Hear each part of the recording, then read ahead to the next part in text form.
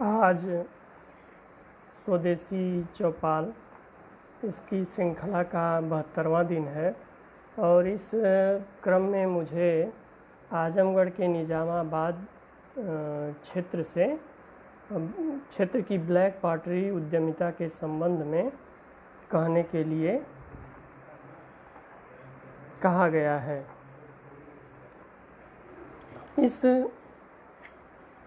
इस आयोजन के लिए मैं आदरणीय श्री अजय कुमार जी का हार्दिक आभार व्यक्त करता हूं, जो उन्होंने इस कार्यक्रम के लिए मुझे चयनित किया। साथ ही मैं डॉक्टर सर्वेश पांडे जी को प्रणाम करता हूं, जिनके मार्गदर्शन से मैं इस अभियान से जुड़ा।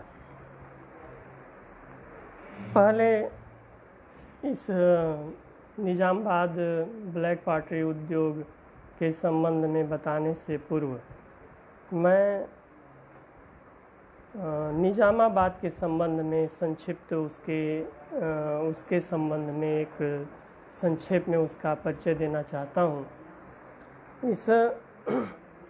यह आजमगढ़ मुख्यालय से लगभग 20 किलोमीटर की दूरी पर स्थित है और यह एक प्रमुख केंद्र के रूप में, जैसे सिख धर्म के कई गुरु यहाँ पे उन लोगों ने निवास किया, आते जाते रहे, लोगों को उपदेश देते रहे।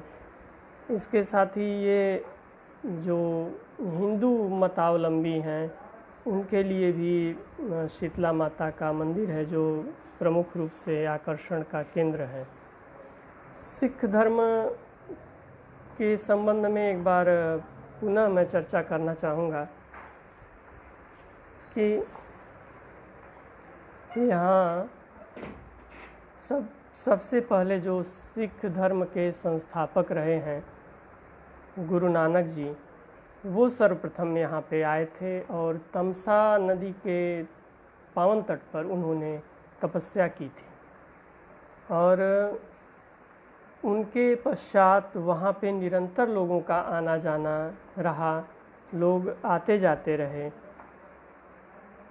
जब अपने उपदेश के पूर्ण होने के पश्चात गुरु नानक जी निजामाबाद आजमगढ़ क्षेत्र को छोड़ करके जब जा रहे थे, तो उन्होंने अपने अनुयायियों के लिए या उनके आग्रह पर अपनी चरण पादुका यहाँ पर छोड़ गए। इसलिए ही यहाँ पे जो गुरुद्वारा है उसको चरण पादुका साहिब नाम से भी जाना जाता है। उसके बाद में गुरु तेग बहादुर आए, उन्होंने बहुत यहाँ पे लगभग 21 दिन तक लोग बताते हैं कि तपस्या किए रहे और उन दिनों निजामाबाद क्षेत्र में सूखे की समस्या होने के कारण आसपास के लोगों को जल की समस्या हो गई, जल का संकट उत्पन्न हो गया, जिसे ध्यान में रखते हुए उन्होंने जल की व्यवस्था लोगों को सुचारू रूप से हो सके, इसके लिए उन्होंने एक कुएं की खुदाई करवाई। और चूँकि उस ज़माने में जब इतनी तकनीक नहीं थी, तो ये लोगों के दुख को दूर करने वाला एक कुआं हुआ, इसलिए इसे लोगों ने दुख भंजन कुआं नाम दिया। इसके बाद में जो दशमेश गुरु, जो अंतिम सिखों के जो अंतिम गुरु हुए, गुरु गोविंद सिंह जी ने भी निजामाबाद में आकर के और तपस्या की, इस गुरुद्वारे का मान बढ़ाया। और ये गुरु गोविंद सिंह जी, इनके संबंध में मैं थोड़ा ये बताना चाहूँगा कि इन्होंने एक खालसा पंथ की स्थापना की। सिख पंथ के अंदर ही एक अलग पंथ, खालसा पंथ, ये कहीं ना कहीं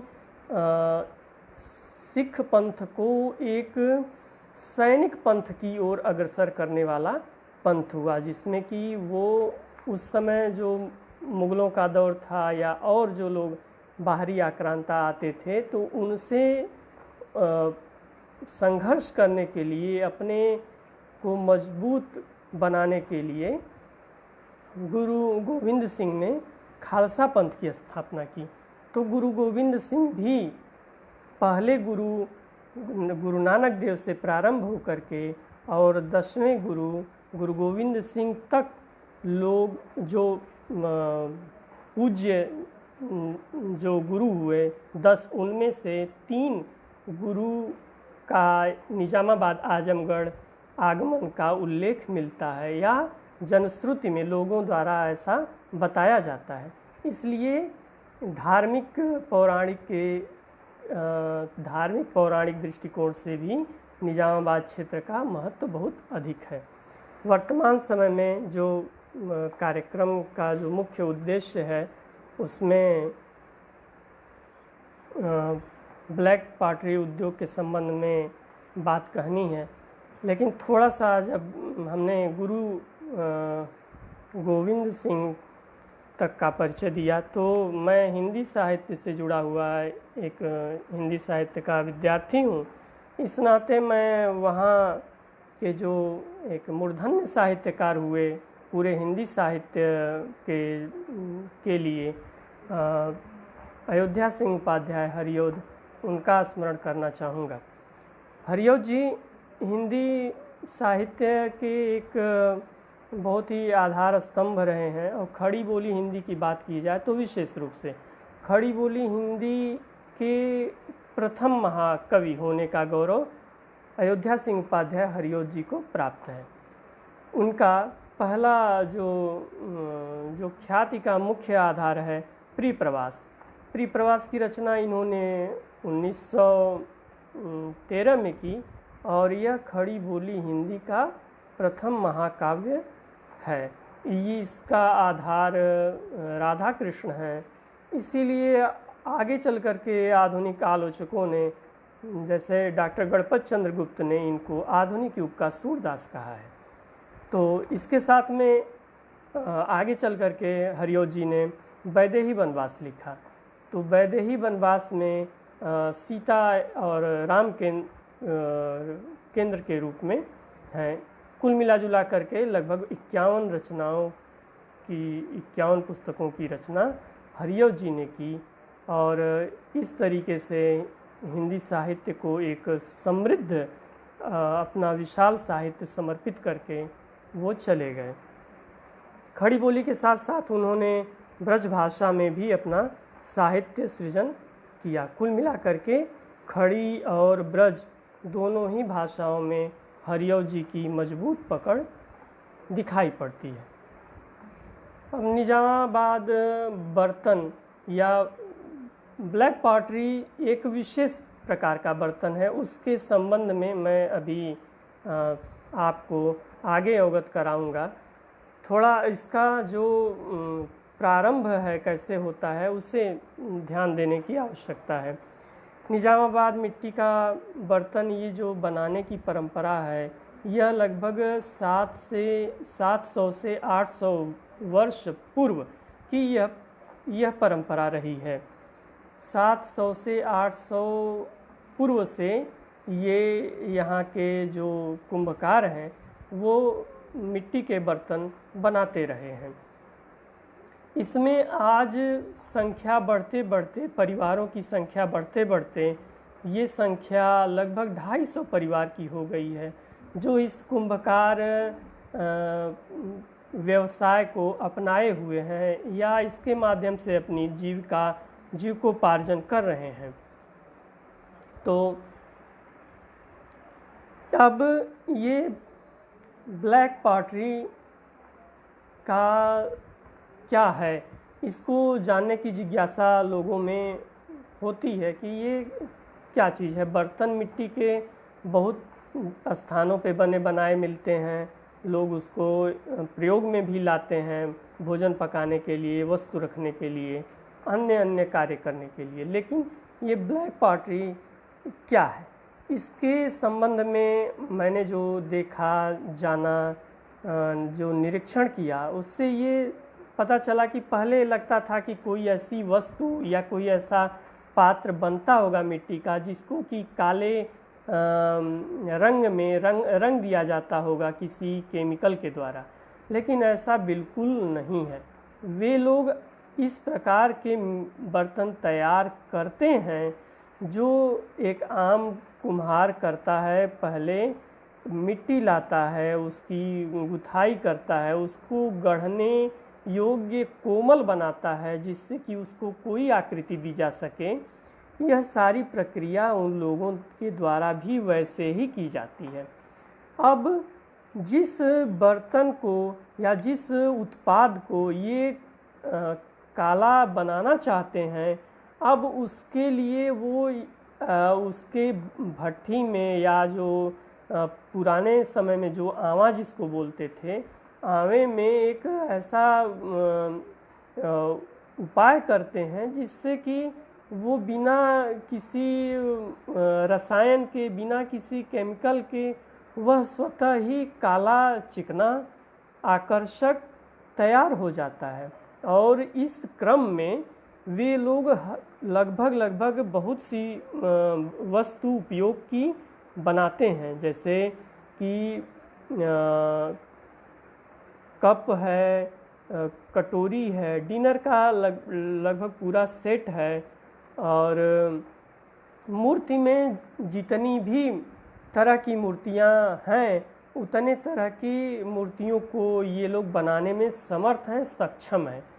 उस काले रंग में जो कि एक तरीके से उसे हम प्राकृतिक ही कह सकते हैं, उसमें कहीं भी कृत्रिम या रसायन या अन्य कोई पेंट केमिकल का उपयोग नहीं करते हैं। उसके बाद भी इस तरीके का आकर्षक सुंदर हो जाता है, जिससे कि अगर ऐसा विश्वास है, मैं विश्वास के साथ कह सकता हूँ कि अगर आप वहाँ जा कर के अगर देखेंगे तो आप कुछ न कुछ अपने आवश्यकता की कोई न कोई वस्तु उन काले मिट्टी के बर्तन में आप ज़रूर खोज लेंगे और अपने घर रखने के लिए, दिखाने के लिए ज़रूर क्रय करेंगे, ज़रूर लाएंगे।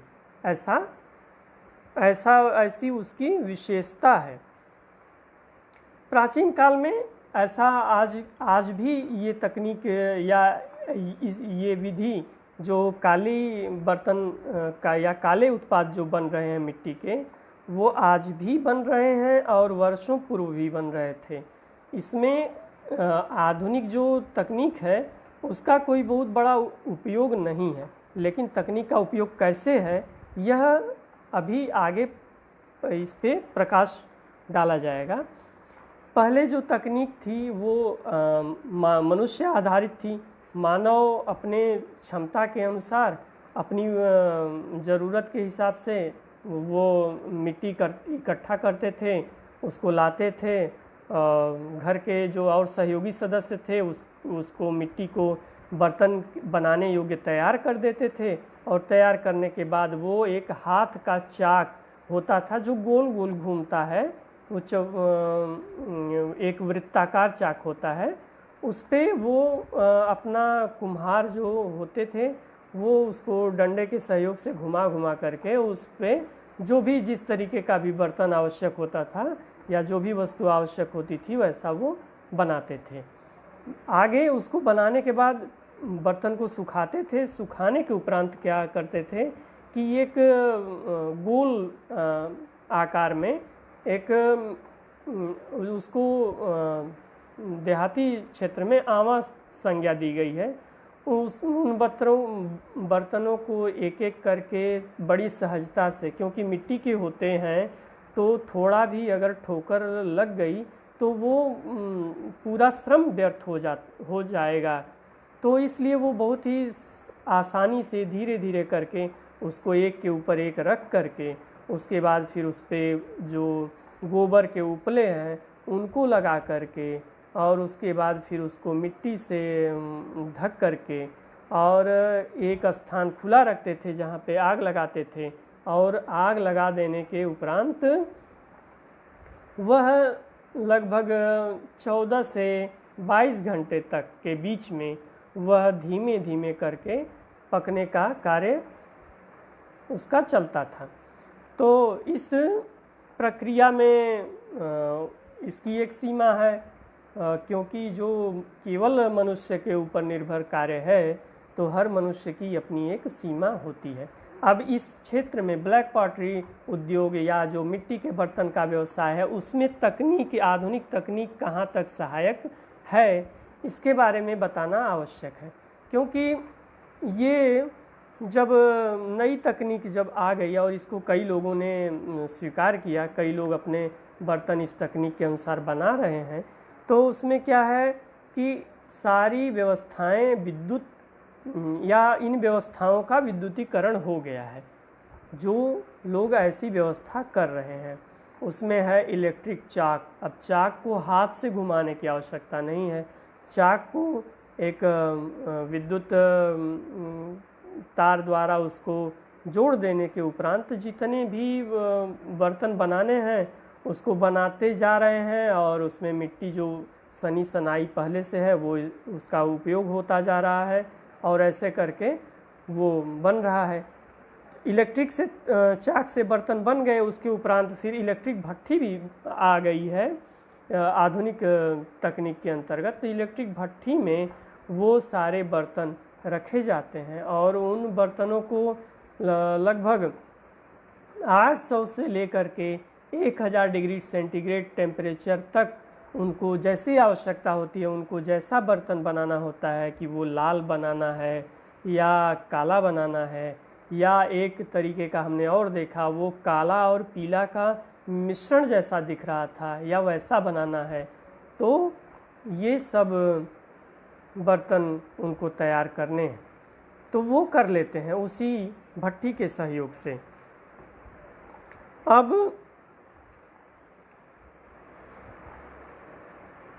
ऐसे में जो पुराने तकनीक के ऊपर जो लोग कार्य कर रहे हैं उनको भी नई तकनीक का सहयोग लेना चाहिए, और इसके लिए बहुत ही आसान चीज़ है। जैसे कि पैसे की सबसे बड़ी समस्या है कि कोई भी तकनीक अगर नई आ रही है तो उसको ग्रहण करने के लिए आर्थिक दृष्टि से संपन्नता आवश्यक है, या कहीं न कहीं से पैसे का प्रबंध हो। जो पैसा वैसा होना चाहिए जो सूदखोरी के अंतर्गत न हो। ऐसे नहीं कि किसी से 8% 10% मासिक ब्याज पे कहीं से कोई पैसा ले करके और इस अगर कार्य को करेगा तो वह कार्य को अपने चरम उद्देश्य तक पहुंचाने में अक्षम होगा, वो कार्य कभी संपन्न नहीं हो सकता। इसलिए जो उत्तर प्रदेश सरकार की जो बनाई गई व्यवस्था है, अगर उसके अनुरूप अपना कार्य करता है तो उसे अवश्य ही सफलता प्राप्त होगी। अब बात है कि कैसे ये व्यवस्था को ग्रहण किया जा सकता है। इसके लिए उत्तर प्रदेश सरकार ने 24 जनवरी, जिस दिन की उत्तर प्रदेश का स्थापना दिवस है, 24 जनवरी 2018 को उत्तर प्रदेश सरकार ने एक जिला एक उत्पाद, जिसको कि संक्षिप्त रूप में ODOP नाम दिया गया है, इस ODOP को उन्होंने इसका शुभारंभ किया, और यह उत्तर प्रदेश सरकार की बहुत ही महत्वाकांक्षी योजना है। तो इसके अंतर्गत क्या एक ज़िले को एक उत्पाद, जैसे उत्तर प्रदेश में जितने भी ज़िले हैं उनके अंदर कहीं न कहीं जो स्थानीय उत्पाद हैं उनकी अपनी अलग अलग पहचान है। जैसे कि आजमगढ़ का निज़ामाबाद, यहाँ का ब्लैक पॉटरी उद्योग है। उसी तरीके से अलीगढ़ में ताले का उद्योग है, वहाँ का ताला बहुत प्रसिद्ध है। तो ऐसे ऐसे विभिन्न जनपदों में ये हस्तशिल्प के एक से एक कारीगर उपलब्ध हैं, और आवश्यकता थी तो इनको एक मंच उपलब्ध कराने की, जिसका कि कार्य उत्तर प्रदेश सरकार ने बखूबी किया है। इस माध्यम से एक जिला एक उत्पाद के तहत एक GI टैग है। GI टैग अर्थात इसका भौगोलिक पहचान पट्टिका इसे कहा जाता है। ये इस योजना से जो चयनित जो उत्पाद हैं उनके लिए बहुत ही प्रोत्साहन का सरकार के तरफ से योजनाएं हैं जो उनको आगे बढ़ा रही हैं। ब्लैक पॉटरी जो कि आजमगढ़ की पहचान है, यह अपने आप में स्वयं अद्वितीय है। अब इसका लाभ क्या है, ODOP का या एक जनपद एक उत्पाद का लाभ क्या है? इसके लिए ब्लैक पॉटरी उद्योग जो इस योजना से या जो इस व्यवसाय से जुड़े हुए कुंभकार हैं, उन लोगों ने जिन भाइयों ने ODOP के अंतर्गत उनको ऋण सुलभ हो सका है, उन लोगों ने इसकी विशेषता बताते हुए ये कहा है कि इससे सबसे बड़ा फ़ायदा या सबसे बड़ा लाभ यह हुआ कि उनको अपने उत्पाद के लिए एक पहचान मिल गई, निःशुल्क प्रचार प्रसार उनका हुआ। वो उनका कहना है कि वे समर्थ ही नहीं हैं कि वे अपने किसी उत्पाद को ऐसे प्रमोट कर सकें, ऐसे आगे बढ़ा सकें या उनका नाम पूरे विश्व में हो सके। तो इसके लिए उत्तर प्रदेश सरकार उनके साथ आई है। उनके उद्योग, उनके हस्तशिल्प को एक पहचान देने के लिए, एक आकार देने के लिए सरकार बहुत ही सुंदर कदम उठा करके आई है।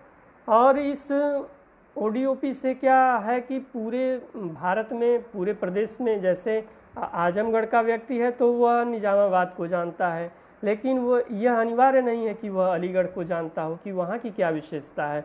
तो इस तरीके से एक इसकी वेबसाइट है ODOP की, और तमाम जो कार्यक्रम प्रारंभ हुए तो पूरी सूची विभिन्न जनपदों की दी गई कि यहाँ का यह प्रसिद्ध है, यहाँ का यह प्रसिद्ध है। तो इससे उत्तर प्रदेश में जो आजमगढ़ के लोग हैं वो अलग अलग जनपदों के बारे में, जो दूसरे जनपद के हैं वे आजमगढ़ के उत्पाद के बारे में जाने। इसके साथ ही साथ भारत के अन्य क्षेत्रों के लोग भी इस ब्लैक पॉटरी उद्योग के बारे में आसानी से जान सके हैं। तो ये इसकी पहचान सुदूर क्षेत्रों में हो गई है, या कहिए कि पूरे विश्व स्तर पे इस ODOP के कारण इसकी पहचान हुई है। अब इसका आर्थिक पक्ष ये है कि इसमें लगभग 25 लाख रुपए का सरकार के तरफ से सरकार की योजना में है, जिसे बैंकों द्वारा 25 लाख रुपए का लोन, अधिकतम सीमा 25 लाख है, उससे कम भी मिल सकता है। तो इसकी विशेषता ये है कि इसमें 25% तक अनुदान है और बाकी का उस पे ब्याज लगेगा, लेकिन ये जो ब्याज है वो बहुत ही कम है। और इसमें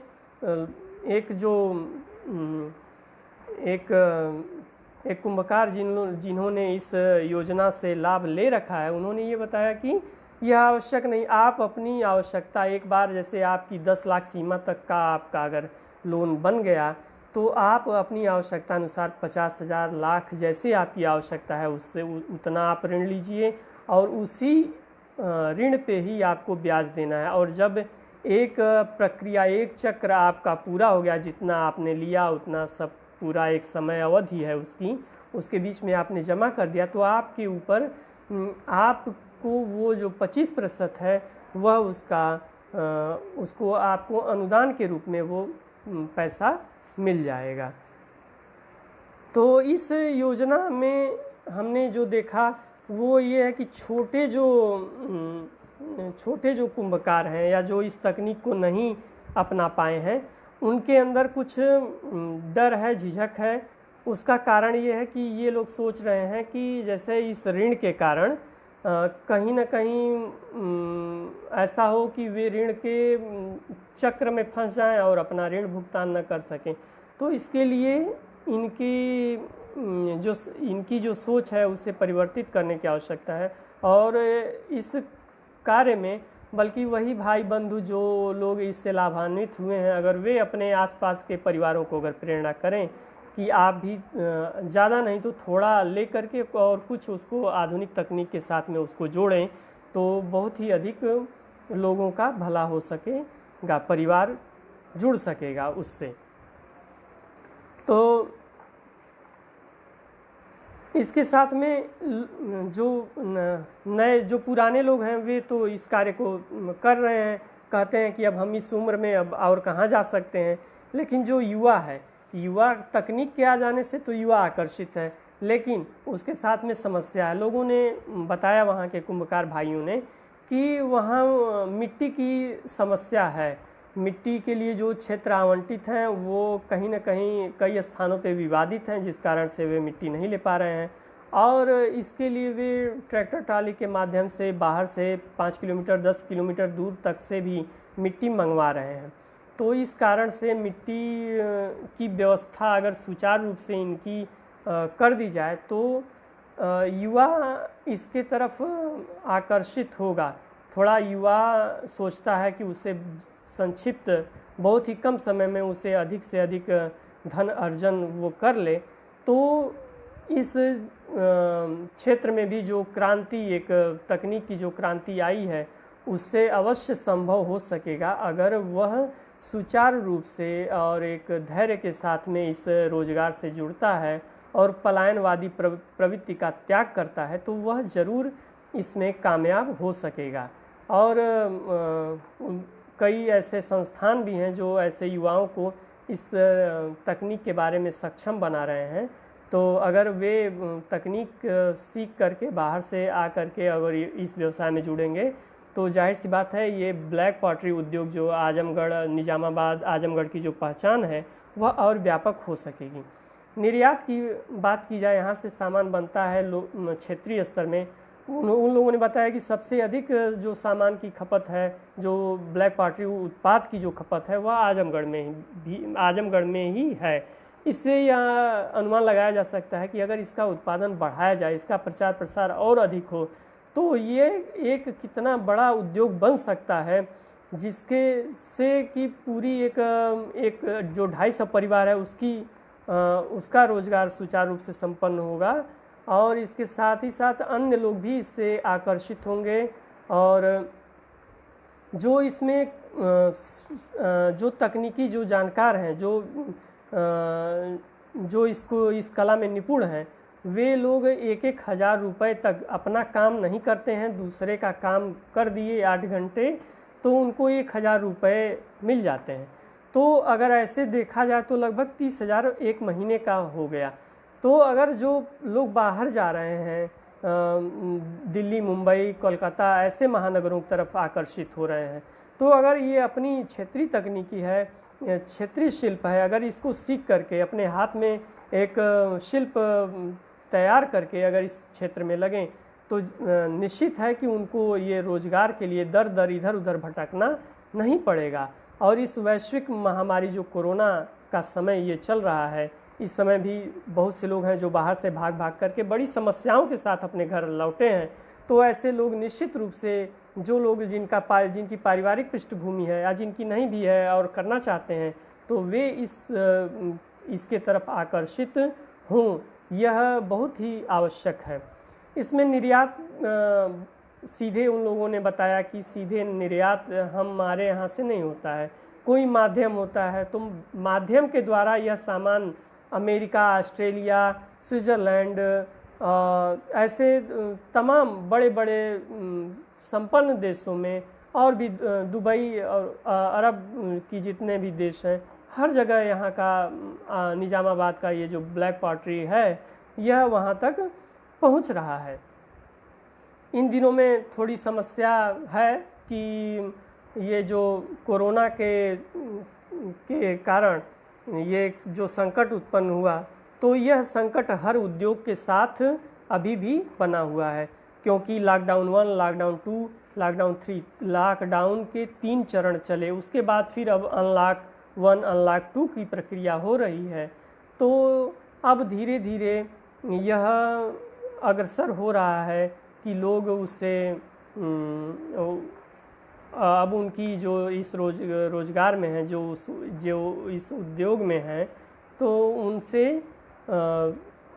उनकी स्थिति में अब उत्तरोत्तर सुधार होगा। और जैसे ही यह कोरोना का संकट समाप्त हो जाएगा तो यह ब्लैक पॉटरी उद्योग अपने गति को पुनः प्राप्त कर सकेगा, क्योंकि उन लोगों ने बताया कि जैसे ही ये प्लास्टिक बैन हुआ, प्लास्टिक पर जैसे ही प्रतिबंध लगा वैसे ही आगे चल कर के ये इसकी जो है जो उनकी उत्पाद जो भी वो बनाते हैं मिट्टी के पात्र, उनकी मांग में दुगने की वृद्धि हुई। यह सिर्फ ऐसा नहीं कि उसकी आवश्यकता थी, जागरूकता हुई। लोग सोचे कि हम क्यों ना अपने पड़ोस के, अपने जो कुम्भकार भाई हैं, बर्तन बना रहे हैं, कुल्हड़ बना रहे हैं, दिया बना रहे हैं या अन्य कुछ बना रहे हैं, निजामाबाद में तो बहुत कुछ बना रहे हैं। आप उन लोगों ने कहा कि आप जो भी चीज़ हमको दिखा देंगे हम हूबहू वैसी ही वस्तु का हम उत्पादन कर देंगे, उसको बना देंगे, और जिस कलर में, जिस रंग में आप चाहेंगे, वो लाल या पीला काला मिश्रित या काला, वो हर तरीके से तैयार करने में सक्षम है। तो जैसे ही यह संकट का समय समाप्त होगा, यह जो ब्लैक पॉटरी, निजामाबाद का जो ब्लैक पॉटरी उद्योग है, वह पुनः अपनी गति को प्राप्त करेगा। बस हमें यह आवश्यक है कि हम स्वदेशी स्वावलंबन का जो यह अभियान है, इसके तहत जितनी अधिक जन जागृति होगी, जितनी अधिक लोगों के बीच में इसकी जागरूकता होगी, उतनी ही अधिक अपनी जो क्षेत्रीय उत्पाद हैं उनसे जुड़े लोगों का जीवन स्तर में सुधार होगा, उनकी दिनचर्या में प्रोन्नति होगी और ऐसे वृद्धि होगी। और कहीं ना कहीं सबसे बड़ा ये है कि जो राष्ट्रीय विमर्श है, जो राष्ट्रीय स्तर पर इससे देखा जाए तो हमारे भारत का जो पैसा है, जो हम कोई सजावट की वस्तु बाहर की देश की खरीद करके लाते हैं और अपने अतिथि कक्ष में, जिसे ड्राइंग रूम या अन्य कोई आप नाम दे सकते हैं, उसमें हम सजा करके रखते हैं और गौरव अनुभव करते हैं, तो इस सोच को बदलनी पड़ेगी। हम अगर अपने क्षेत्रीय उत्पाद को अपने घर में, अपने जैसे कोई जो आजमगढ़ या आसपास के लोग हैं, अगर यहाँ ब्लैक पॉटरी का अगर कोई मूर्ति, कोई अन्य शिल्प अपने अतिथि कक्ष में रखें, लोग आएंगे देखेंगे तो उसके बारे में उनकी जागरूकता बढ़ेगी। इस तरह से स्वदेशी के माध्यम से राष्ट्र में स्वावलंबी लोग होंगे, स्वावलंबन आत्मनिर्भर भारत बनेगा। तो ऐसे एक पहले जो स्थिति थी अंग्रेज़ों के समय में, तो वहाँ भारतेंदु जी ने कहा था कि उस समय भी अंग्रेज़ जो है अपने उत्पाद भारत में यहाँ से कच्चा माल ले जाते थे, यहाँ से कपास जाता था, वहाँ से वस्त्र बन करके आता था और लोग यहाँ पहनते थे उसको, तो इससे भारत का पैसा बाहर चला जाता था। इसीलिए बाबू भारतेंदु हरिश्चंद्र ने कहा था कि अंग्रेज राज सुख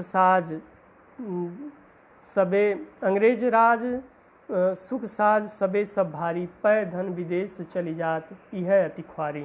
तो उस समय भी जो साहित्यकार थे उन्होंने उनके अंदर ये पीड़ा थी अंदर से कि जो हमारा पैसा है वह सब बाहर चला जा रहा है, वह अंग्रेज़ों के यहाँ चला जा रहा है।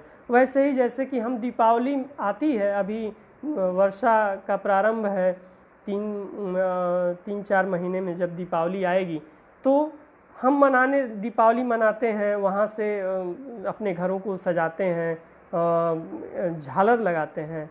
ये जो झालर अगर यहाँ की बनी है तो उसका कोई विरोध नहीं है, अच्छा है, लेकिन अगर हम बाहर का ले रहे हैं तो ये नहीं होना चाहिए, क्योंकि जो हमारे कुंभकार बंधु हैं वे इस शिल्प में इतने निपुण हैं कि वो इतने सुंदर खूबसूरत दिए बना लेते हैं जिससे कि आपका घर रोशन होगा, और आपका घर अगर रोशन होगा आप उसके लिए उसको क्रय करेंगे और कुंभकार भाई को पैसा देंगे तो उससे आपका घर रोशन होगा और कहीं न कहीं उस कुंभकार का भी घर रोशन होगा, उनके घर के बच्चों के चेहरे पे मुस्कान आएगी। तो सोच बदलने की आवश्यकता है स्वदेशी के माध्यम से, और इस कार्य को स्वदेशी जागरण मंच बखूबी कर रहा है, बहुत ही सुंदर तरीके से चल रहा है। और इसी क्रम में इसका ये 72वां दिन है, जो किसी न किसी विमर्श पे, किसी न किसी विषय पे कोई न कोई विद्वान व्यक्ति अपना उद्बोधन देते हैं। मैं तो एक बहुत ही सामान्य स्वदेशी का कार्यकर्ता हूँ, मेरी अल्प बुद्धि से जो बन पड़ा है, मैंने अपनी बात रखने का प्रयत्न किया है।